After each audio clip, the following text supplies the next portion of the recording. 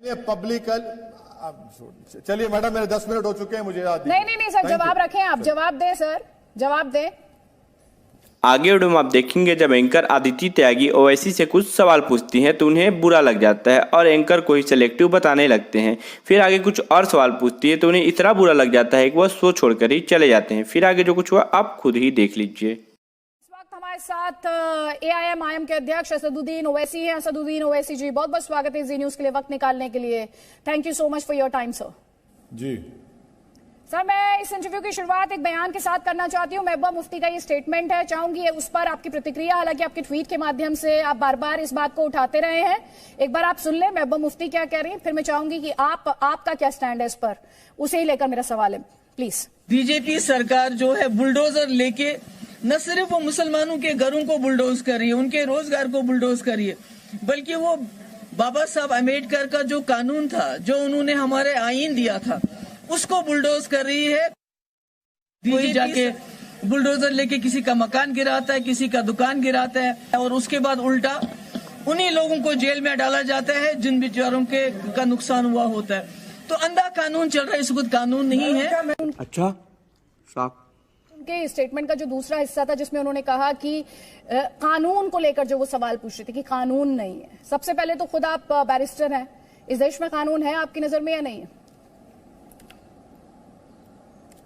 Madam, अब देखिए, आप मुझे दावत दी आपके प्रोग्राम में आने के लिए, मैं आ गया।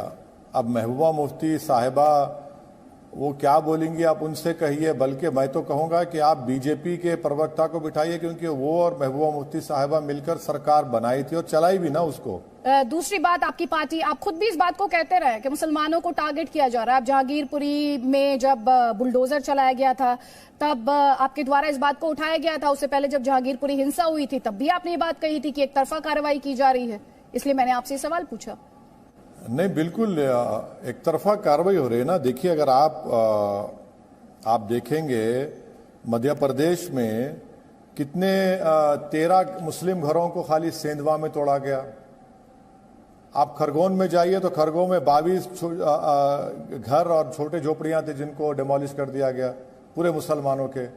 बल्कि मध्य प्रदेश में तो एक वर्ल्ड रिकॉर्ड मध्य प्रदेश के मुख्यमंत्री जनाब शिवराज ने क्रिएट किया कि जिसके हाथ टूटे हुए हैं उस पर इल्जाम लगा दे कि पत्थर फेंके, उसकी दुकान को तोड़ दिया आपने। दिल्ली में यकीनन ज्यादातर मुसलमानों की तोड़ी गई, मगर उसमें हमारे हिंदू भाई की भी दुकानों को तोड़ा गया। मकसद तोड़ने का दिल्ली में इसलिए था क्योंकि अप्रैल 20 को बीजेपी के दिल्ली के प्रदेश अध्यक्ष ने लेटर लिखा कि तोड़ो मुसलमानों के दुकानों को, घर को, तो बेचारे उसमें हमारे हिंदू भाइयों की दुकान को भी तोड़ दिया गया। एक तरफा कार्रवाई तो बीजेपी कर रही है, और मैं तो ट्विटर के माध्यम से इस बात को कहा हूं कि बीजेपी तो मुसलमानों के खिलाफ एक ऐलान जंग शुरू कर चुकी है। Are you comedy me? जी साहब, अभी आपने कहा, आपने खुद ही कहा, जो अभी आपने जवाब दिया कि हिंदू भाइयों पर भी कार्रवाई की गई, फिर आपने ये भी कहा ये एक तरफा ऐलान जंग कर चुकी है बीजेपी मुसलमानों के खिलाफ। एक जवाब में दोनों बातें कैसे ठहरती हैं? नहीं, मैं आपसे कह रहा हूं कि जहां तक गुजरात मध्य प्रदेश की बात है वहां पर एक तरफा डेमोलिशन हुआ है मुसलमानों का। जहां तक दिल्ली की बात है, यकीनन मेजॉरिटी 90% मुसलमानों के घर और दुकानों को तोड़ा गया। 10% हमारे हिंदू भाइयों को, जिसमें वो गुप्ता साहब खुद सुप्रीम कोर्ट को गए हैं, उनको भी तोड़ा गया है। समझ रहे हो ना? मेरा आपसे सवाल है, आप जो बात कह रहे हैं कॉन्स्टिट्यूशन को लेकर, जो आप कह रहे हैं कि कॉन्स्टिट्यूशन को अपहोल्ड नहीं किया जा रहा, आप कह रहे हैं सत्ता पक्ष उसे अपहोल्ड नहीं कर रहा है, आप चले जाइए कोर्ट सर। क्या मध्य प्रदेश का मुख्यमंत्री मध्य प्रदेश के हाईकोर्ट का चीफ जस्टिस बन गया है क्या? सर, इसीलिए तो मैंने आपसे कहा बंद हो गए हैं क्या? सर, मैं इसीलिए तो आपसे कह रही हूँ, इस देश में अदालतें हैं, इस देश के कानून की अहमियत, तो फिर उस कानून को कैसे इम्प्लीमेंट कराना है ओवैसी साहब, ये तो आप बहुत अच्छे तरीके से जानते हैं। आप अदालत चले जाइए, क्योंकि अगर आप सिर्फ ये कानून का इम्प्लीमेंटेशन हो रहा है मैडम? कौन से कानून का इम्प्लीमेंटेशन हो रहा है? सरकार खुद कानून बन चुकी है, सरकार खुद कोर्ट बन चुकी है, सरकार खुद जज बन चुकी है, तो फिर सुनवाई कहाँ होगी काम कर रही है। फिर सुनवाई कहाँ होगी ओवैसी साहब? आपको पता है इस समय करोड़ों लोग सुन रहे हैं। वही तो हम कह रहे हैं, आप जो बातें कह रहे हैं इसके बाद कोर्ट कचहरी अदालतों पर से भरोसा हिल जाएगा सर। कैसे कैसे लोग रहते हैं यार यहाँ। तो वैसे ही साहब, दो बातें सर, दो बातें। एक बात, जब आपने मदरसा का जिक्र किया सर, आप इतने वरिष्ठ हैं, आपने कहा मैंने मंदिर को जब गिराया गया, मंदिर ध्वस्त किया गया तो मैंने खंडन किया, तो आपने मंदिर का जिक्र नहीं किया था। तो एक तरफा बात करने के आरोप आपके ओपोनेंट्स आप पर लगाते हैं।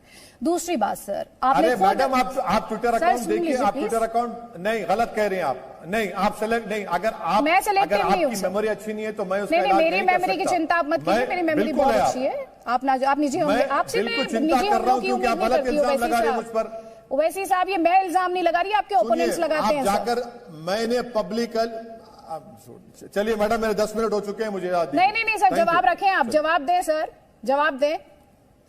Bye bye, ta-ta, goodbye, गया। बस हवा निकल गई। सर, अगर आपसे सवाल किया जाए तो आप जवाब नहीं देना चाहते हैं। एक तरफा नैरेटिव थोड़ी हो सकता है सर, सवाल तो पूछे जाएंगे। आप ये भी कहते हैं कि इस देश में कॉन्स्टिट्यूशन खतरे में है, फिर कॉन्स्टिट्यूशन को इंप्लीमेंट कराने के लिए आप कोर्ट कचहरी को भी कटघरे में खड़ा कर देते हैं, और फिर आप ये भी कह देते हैं कि नहीं कोर्ट कचहरियों में पूरा इंसाफ होगा, कोर्ट कचहरियों में इस बात को उठाया। इस प्रकार की बचकाना बातें किसी के गले नहीं उतरती, लोग मजाक